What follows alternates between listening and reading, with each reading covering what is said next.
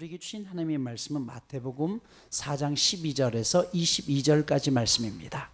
마태복음 4장 12절에서 22절 말씀입니다.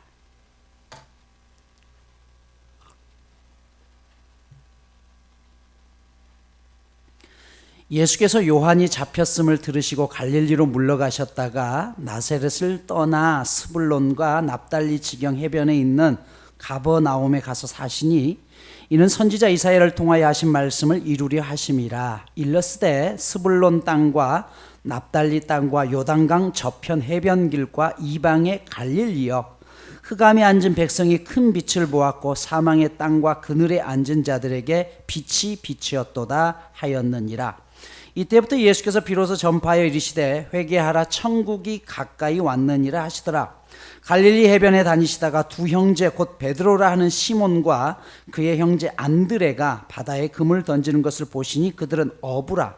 말씀하시되 나를 따라오라, 내가 너희를 사람을 낚는 어부가 되게 하리라 하시니 그들이 곧 그물을 버려두고 예수를 따르니라. 거기서 더 가시다가 다른 두 형제 곧 세베대의 아들 야고보와 그의 형제 요한이 그의 아버지 세베대와 함께 배에서 금을 깃는 것을 보시고 부르시니 그들이 곧 배와 아버지를 버려두고 예수를 따르니라. 아멘. 오늘 본문의 사건은 예수님이 광야에서 시험받은 사건 직후에 일어난 일이죠. 마태복음에 따르면 세례자 요한이 예수님이 광야에서 시험받던 그 시즌에 이제 잡혀가시게 됩니다. 그러자 예수님께서 세례 요한의 뒤를 이어서 오늘부터 본격적으로 자신의 공생의 사역을 하는 장면이 오늘 본문의 상황입니다. 그러니까 예수님의 일생을 보면 예수님이 탄생하시기는 베들레헴에서 탄생하셨습니다. 그리고 그분이 살았던 곳은 고향이었던 나사렛에서 살게 되죠. 그리고 이제 공생애를 시작하면서는 가버나움이라는 곳으로 오셔서 이곳에서 주로 활동을 하시게 됩니다. 그리고 예루살렘에서 십자가를 달려 돌아가심으로 그분의 인생을 마무리하게 되는 것을 볼 수가 있습니다. 자, 가버나움은 갈릴리의 북서쪽에 있는 도시입니다. 지도를 한번 보시죠. 우리가 주로 갈릴리 지역하면 요게 이제 갈릴리 호수를 중심으로 있는 데 보면 왼쪽 편이 기베라, 에베사라, 가버나움, 베스데다, 라사. 갈릴리 호수를 중심으로 여러 지역들이 분포해 있어요. 그래서 성경을 읽다 보면 어떤 사람은 게네사렛 호수라고 하고 어떤 사람은 갈릴리 호수라고 하고 어떤 사람은 가버나움 호수라고 하고 그래서 헷갈리는데 자기 마을을 중심으로 자신들의 그 마을 이름을 따서 호수의 이름을 짓는 거예요. 그러니까 전체적으로는 갈릴리 호수입니다. 그런데 그 지역 부근에 갈릴리를 중심으로 모여있는 그런 곳에 사는 사람들은 당연히 우리 호수라고 이야기하죠. 그래서 전체적으로 갈릴리 호수입니다. 자, 가버나움은 이 어부들의 사실은 마을이었지만 다메섹에서 가이사랴를 거쳐 애굽에 이르는 무역 도로가 형성된 곳이었어요. 쉽게 말하면 국경지역입니다. 그러다 보니까 여러 각 나라들의 전쟁의 희생양이 되어야 했던 곳이 이 갈릴리이기도 해요. 로마의 수비대도 있었고 또 세관도 이곳에 있었습니다. 그래서 자주 침략을 당하게 되죠. 이 가버나움에서 대표적으로 태어났던 사람이 베드로와 안드레, 그리고 야고보와 요한, 또 세리 마태를 부르신 것도 이곳이고 이스라엘에 이만한 믿음을 가진 사람을 본 일이 없다라고 칭찬했던 백부장이 지내던 곳도 바로 이곳입니다. 자, 그런데 유대인들은 이 갈릴리에 사는 유대인들을 절대로 유대인이라고 부르지 않아요. 꼭 갈릴리 사람이라고 불렀습니다. 근데 갈릴리 사람이라는 말은 결코 좋은 의미가 아닙니다. 저 무식한 촌동네 사람들, 그리고 오늘 성경에도 보면 이방의 갈릴리라고 있어요. 여러분, 이스라엘이 멸망하기 전에 북이스라엘의 수도가 사마리아였죠. 그런데 이 사마리아 지역의 이스라엘 백성들은 굉장히 싫어했습니다. 같은 민족이었음에도 불구하고요. 왜요? 아수르란 나라가 이스라엘을 통째로 먹어버리면서 사마리아에 있는 남자들은 전부 다른 도시로 끌고 가요. 그리고 다른 나라에서 잡혀왔던 남자들을 사마리아에다가 넣게 되죠. 그러니까 원래 이스라엘 여인들과 다른 이방의 남자들이 이곳에서 살면서 혼혈족을 만들어버려요. 그래서 이 사마리아는 이스라엘 백성들로 같은 민족이었음에도 불구하고 굉장히 천대받는 도시였습니다. 그래서 예수님께서 승천하시면서 뭐라고 했어요? 예루살렘과 온 유대와 사마리아와 땅끝까지 이르러 내 증인이 되라라고 했어요. 왜? 그렇지 않으면 그들은 절대 사마리아를 가지 않아요. 하지만 복음은 모든 곳에 전해져야 된다는 것이에요. 자, 그런데 갈릴리가 그런 비슷한 도시입니다. 국경 지역에 있다 보니까 역시 이곳에서 혼혈들이 생기기 시작해요. 그래서 이스라엘 자체적으로도 어떻게 하냐면 이방의 갈릴리라고 할 정도로 가슴 아픈 도시였습니다. 그래서 이사야 선지자는 뭐라고 했어요? 이곳이 어둠이고 흑암이 있는 곳이다라고 성경에서 이야기하는 것을 볼 수가 있어요.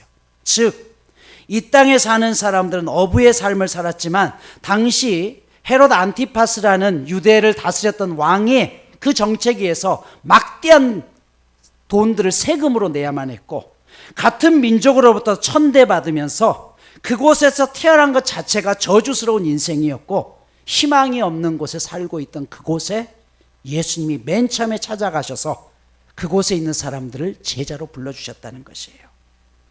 바로 희망 자체였죠. 그 동네 사람들은 예수님 자체가 빛이었습니다. 마태복음 마태가 기록했습니다. 이 마태 역시 세리였습니다. 세무공무원이죠, 오늘날로 이야기하면. 그렇지만 이 당시의 세무공무원 또한 노마로부터 월급을 받습니다. 그러니 유대 민족으로서 노마의 앞잡이가 되어서 세금을 추징해야 하다 보니까 이스라엘 사람들이 이런 사람들을 뭐라고 했겠어요? 매국노라고 했죠.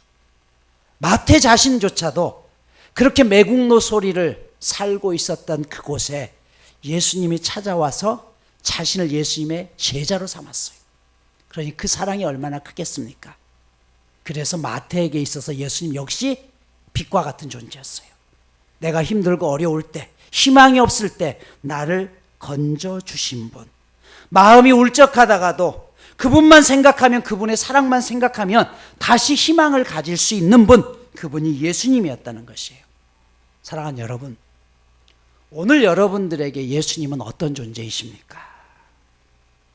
오늘 마음이 지쳐있고 소망을 잃어가시는 분들이 있다고 한다면 바로 그분의 마음 속에 빛이신 예수님이 찾아가서 여러분의 마음을 회복시키기를 축복합니다. 고사성어 중에 석화불식이라는 말이 있죠. 나무에 좋은 열매가 열려 있으면 아무리 배가 고파도 그 열매는 따지 않는다는 거예요. 왜? 나중에 그 열매를 통해서 씨를 만들어야 되기 때문에. 그 열매를 놔둬서 씨를 뿌려서 싹을 틔워서 새로운 과일이 열릴 것을 기대하기 때문에 아무리 힘들어도 나무에 열린 그 큰 좋은 과일은 따지 않는다는 것이에요. 그게 바로 희망입니다. 당장 아무것도 보이지 않지만 그러나 그것을 놔둠을 통해서 내년에 대한 희망을 품는 것, 오늘 예수님이 저와 여러분의 그런 희망이 되시기를 축복합니다. 더 나아가 우리 모두가 하나님 나라의 석과 불식이 되기를 축복합니다. 씨를 뿌리면 반드시 하나님이 맺게 하십니다. 코로나를 겪으면서 많은 한국의 교회들이 없어지기도 하고 어려움을 당했습니다. 물론 저희 교회도 마찬가지였죠. 코로나를 겪으면서 교회가 너무 어려워지자 그때 많은 고민을 했어요. 교회가 사용하고 있는 건물 중에 어떤 것을 줄여야 되나, 아니면 내가 밖에 나가서 다른 일을 해야 되나, 주중에 택배 배달을 할까, 아니면 현장의 공사장에 가서 그냥 막일이라도 해야 되나, 그런 고민들을 하면서 버텨냈습니다. 그렇게 하루하루 버텨내는 시간이 힘들었지만 그런 속에서도 소망을 가졌던 것은 이곳으로 교회를 옮기기 전에 하나님께서 기도하는 가운데 분명하게 보여주셨던 하나님의 말씀이었어요. 창세기 26장의 말씀입니다. 이삭이 우물을 팔 때마다 블레셋 사람들이 와서 그를 쫓아내요. 그러자 계속해서 옮겨나면서 나중에 르호봇이라는 곳을 알려주죠. 그 땅이 넓다는 것이에요. 더 이상 쫓아내지 않았다는 것이에요. 교회가 이전하면서 그런 고민을 하면서 하나님 앞에 기도했는데 그 말씀을 주셨어요. 하나님께서 분명히 이곳으로 옮기시게 하셨고 6년 전, 7년 전쯤에 이곳에 옮겼을 때 아무것도 없는 황무지였고 창고로 그냥 축사로 사용하던 이 건물, 그것을 대충 리모델링 해가지고 사용하면서 하나님 이곳으로 보냈는데 어떻게 해야 됩니까? 그런데 그렇게 버텨내는 시간들을 통해서 하나님께서는 코로나를 끝내게 하셨고, 코로나가 끝나자 하나님께서 많은 좋은 성도들을 보내주시기 시작했습니다. 우리 집사님 한 분이 그런 얘기를 하셨어요. 목사님, 제 또래 교인이 3분만 있었으면 좋겠어요. 근데 그분들이 지금 그 또래가 20분이 넘습니다. 일부 예배 드리시고 지금 남자들이 다 부엌에 가서 식사 준비하고 있는 그런 모습들로 하나님이 바꿔주셨어요. 그렇게 함께 버텨주셨던 교인들이 너무 귀하고 감사하고 고마웠습니다. 몇 주 전에 의정부의 세오름교회 금요 헌신 예배를 마치고 자정이 다 된 시간에 아내와 함께 돌아오면서 아내가 차에서 그런 말을 해요. 여보, 오늘 이곳에 와서 헌신 예배 드리는데 이곳에서 은혜도 좋은데 예배 시간 내내 우리 교인들 생각이 난다. 마치 엄마 아빠가 밖에 있으면서 애들만 집에 놓고 가서 애들은 밥은 먹었을까? 그런 염려처럼 나는 우리 교회 교인들이 왜 이렇게 생각나는지 모르겠어. 그래서 제가 그랬어요. 여보, 이제 우리가 목사와 사모가 돼가나 보다. 저는 우리 생명나무 교인들이 너무 귀하고 고맙습니다. 어려운 과정 속에서도 끝까지 버텨주셨고, 그리고 목사의 마음을 함께 헤아리며 지금까지 세워주신 여러분들이 너무나 복되고 귀합니다. 그래서 여러분들이 어떤 상황 속에서도 희망을 잃어버리지 않았으면 좋겠고 행복했으면 좋겠습니다. 지난주일 예배를 드리고 왔더니 어느 분이 그러더라고요. 목사님, 오늘 교인들이 너무 많이 왔는데 본당을 늘려야 되는 것 아닌가요? 제가 그랬죠. 아니요, 저희는 늘리지 않습니다. 한 번 더 드리면 됩니다. 제 목회 방침 중에 하나가 바로 그거죠. 어떤 경우에도 교회를 건축하는 일은 없을 겁니다. 왜냐하면 그동안 너무 어려운 과정들을 많이 보았고, 저 또한 그런 과정들 속에서 건축하는 것만이 전부가 아니라는 걸 알기에 그 건축비가 있으면 선교하고 장래 세대, 미래 세대를 키워나가는 게 목회의 가장 아름다운 바람 아닐까요? 어둠 속에서 죽지 아니하고 함께 빛을 비추기 위해서 추운 겨울에도 새벽 기도를 지켜주시고 예배 자리를 지켜주신 여러분들이 있었기 때문에 함께 빛으로 나아갈 수 있도록 그렇게 오늘까지 이 자리에 온 것을 감사드립니다. 오늘 제가 느끼고 있는 그 예수님을 우리 믿음의 성도들도 함께 느꼈으면 좋겠습니다. 그래서 혹 여러분 가운데 정말 견디기 힘든 고난의 시간이 있더라도 포기하지 마시고 하나님 앞에 믿음으로 씨앗을 뿌리면 반드시 열매 맺는다는 사실을 잊지 않았으면 좋겠습니다. 예수님은 그렇게 희망을 잃어버렸던 그 가버나움으로부터 복음을 전합니다. 선포의 내용은 매우 간단했죠. 회개하라, 천국이 가까웠다. 왜요? 그곳에 있는 사람들은 패배의식에 있었습니다. 나라가 나를 지켜주지 못했어. 내 부모님은 왜 이곳에서 태어나게 했어? 왜 이 도시에서, 이 가난한 촌동네에서 나를 태어나게 해서 평생에 있어서 꿈도 꾸지 못했어? 원망하고 있을 때 주님은 말씀합니다. 나라의 잘못이 아니다. 부모의 잘못이 아니다. 죄 때문이다. 그러니 너희가 회개하고 천국을 맛보아야 된다라고 말씀하셨습니다. 마귀의 유혹을 물리치신 예수님은 이제 예수님의 첫 사역을 시작하는데 홀로 하지 아니하시고 자기와 함께할 제자들을 부르셨습니다. 그리고 그 제자들을 불러간 곳이 바로 소외되고 복음이 꼭 필요했던 그곳에서 먼저 시작합니다. 갈릴리 바다에 그물을 던지고 있던 베드로와 안드레를 향해서 나를 따라오너라, 내가 너희를 사람 낚는 어부가 되겠다라고 이야기해요. 주님의 부르심을 받자 그들은 곧 배를 버려두고 예수님을 쫓아갑니다. 세베대의 아들이었던 야고보와 요한도 주님의 부르심에 응답합니다. 그들은 배와 자기 아버지를 버려두고 예수를 따라갑니다. 지금까지는 내 자신을 위해서 일했던 사람이었습니다. 하지만 이제부터 하나님 나라를 위해서 시리에 빠진 누군가에게 빛이 되고자 자신들이 해왔던 것을 과감히 내려놓습니다. 주님의 부르심에 따라갔던 이들은 자신들이 익숙했던 것들을 버려야 했습니다. 쉽지 않은 결단이었어요. 오늘 우리는 어떻습니까? 예수를 따르기 위해서 여러분은 무엇을 버리셨습니까? 예수님 때문에 손해보는 줄 알면서도 결단하는 것은 결코 쉽지 않아요. 실제로 이렇게 결단하며 살고 있는 우리 교인들이 꽤 됩니다. 어떤 분은 아프리카의 그 사람들을 위해서 우물 하나를 파기 위해서 그 금액이 워낙 커서 작지만 조금씩 통장에 모아서 그 꿈을 피우고 있는 사람이 있는가 하며, 또 어떤 사람들은 주일날 하루 일하지 않으며 며칠치의 월급을 손해보면서도 하나님 앞에 자신의 시간을 드리기 위해서 기꺼이 그것을 감수하는 사람들이 있고, 그 외에도 수많은 사람들이 예수님을 따르기 위해서 오늘 자신의 것을 포기하면서 이 자리에 나와 있습니다. 특별히 이들이 어려움을 겪는 가운데 가장 큰 어려움은 뭘까요? 경제적인 어려움이죠. 하지만 그래도 포기하지 않습니다. 왜요?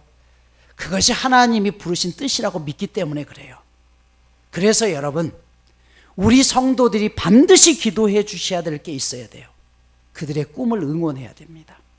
그들의 결단을 하나님 앞에 기도함으로 이겨낼 수 있도록, 그래서 하나님 그 결단이 헛된 것이 아니라 그들의 결단이 이 시대의 새로운 희망이고 빛이 되게 하소서라고 우리 교인들이 함께 기도해 주셔야 되는 거예요. 예수님을 만난 사람들은 이제부터 자신들의 경험이 아닌 주님의 뜻을 온전히 따르기로 결단합니다. 누가복음 5장에 보면 베드로의 이야기가 나오죠. 호숫가에 배 두 척이 있는데 밤새 물고기를 잡지 못하고 그물을 씻고 있었다고 했어요. 그물을 씻었다는 것은 이제 일이 끝났다는 것이에요. 그런데 예수님께서 베드로에게 뭐라고 해요? 다시 깊은 데로 나아가자라고 이야기해요. 여러분, 이 상황 속에서 베드로가 깊은 데로 나아가기가 쉽지 않은 이유가 뭔지 아세요? 첫 번째, 시간적인 불가능입니다. 아침 햇살이 떠올라서 갈릴리 바다에 그물이 오르고 내림이 거울처럼 보이는 시간이 이 시즌이에요.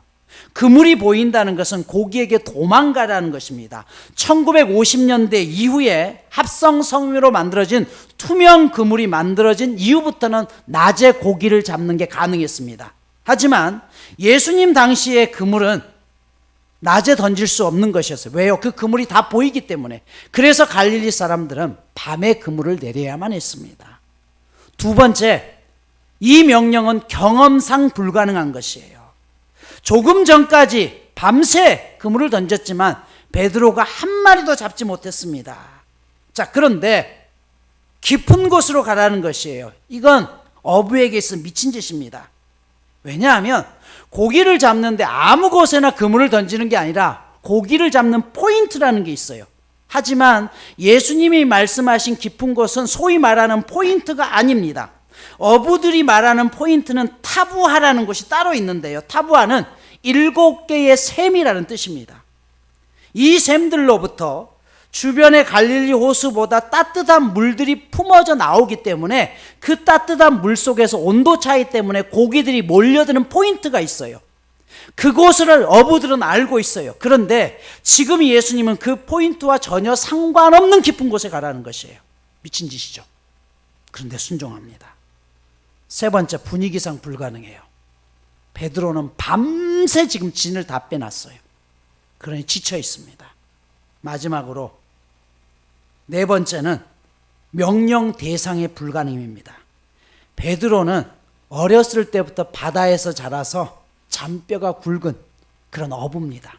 근데 예수님은 어부가 아니에요. 뭘 알아요? 아무것도 모르는 분이라는 것이. 하지만 베드로가 어떻게 이야기합니까? 누가복음 5장 5절에 보면 시몬이 대답하여 이르되 선생님, 우리들이 밤이 새도록 수고하였으되 잡은 것이 없지만 말씀에 의지하여 내가 그물을 내리리다. 그렇게 그물을 내렸을 때 그 그물이 찢어지도록 많은 물고기가 잡혔다라고 이야기해요.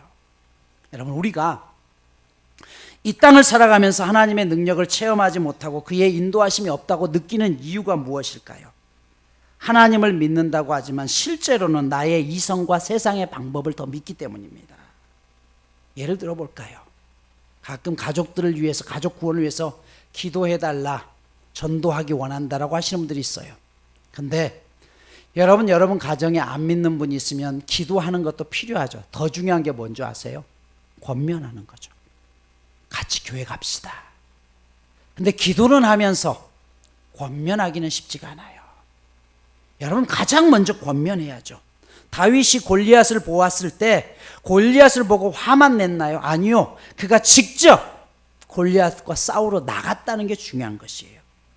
기도는 내 자신을 제한하지 않고 하나님의 능력을 의지하기 때문에 하는 것입니다.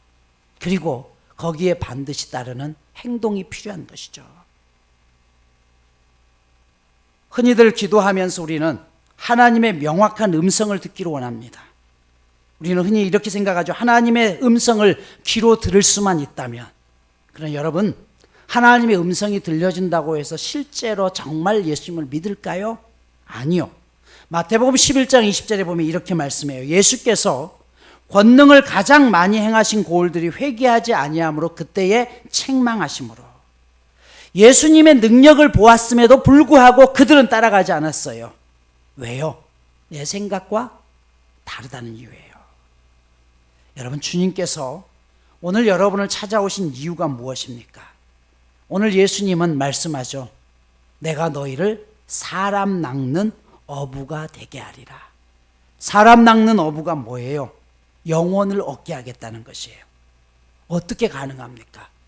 내 힘으로 하는 것 아니라 예수님과 연합되어 있으면 가능하다는 것입니다. 책 한 권을 소개하면서 오늘 말씀을 정리합니다. 레디컬이라는 책인데요. 워싱턴의 맥린 바이블 교회 담임 목사인 데이비드 플랫 목사님이 쓰신 책입니다. 이 데이비드 플랫 목사님은 오랜 내전으로 극심한 빈곤에 빠졌던 수단 지역의 전도 여행을 가기를 원합니다. 2004년 당시 우리나라 돈으로 약 400만 원 정도의 여행 경비가 필요했다고 하죠. 게다가 아직 전쟁이 끝나지 않은 상황이기 때문에 내륙을 자유롭게 돌아다닐 수가 없어서 그 일행들이 함께 갈 경비행기까지 구해야 하는 상황이었습니다. 준비가 한창이던 어느 날 예배를 마치고 나오는데 그 교회 신실한 자매 하나가 목사님에게 찾아와서 이렇게 말해요. 목사님, 차라리 그 여행 경비를 그냥 모아서 수단 사람들에게 보내주면 어떻습니까?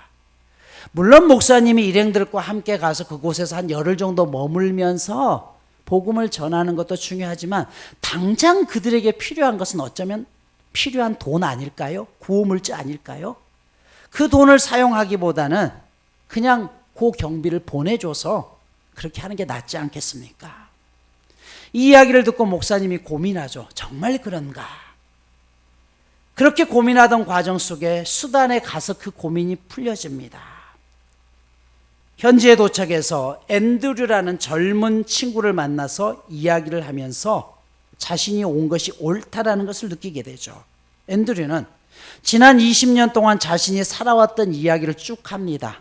태어나서부터 전쟁이었고 어렵게 살아왔던 그 속에서 많은 이들의 도움을 통해서 자신이 살아왔음을 인정합니다. 그리고 너무 감사합니다. 그러면서 이런 말을 해요. 목사님, 그런 도움에 감사하면서 우리들이 진정한 친구를, 형제를 누구라고 생각하는지 아십니까? 누구죠? 가장 어려울 때 함께 있어 주었던 사람들입니다. 목사님, 직접 여기까지 와서 함께 해주시니 너무 감사합니다. 이 이야기를 듣는데 눈물이 핑 돌더래요. 그러면서 이런 생각을 합니다. 하나님이 우리 인간을 구원하실 때 금이나 은이나 현금으로 보내지 아니하고 그분이 직접 이 땅에 육신으로 오셔서 우리와 함께 하셨다는 것이 너무 감사하다는 것이에요.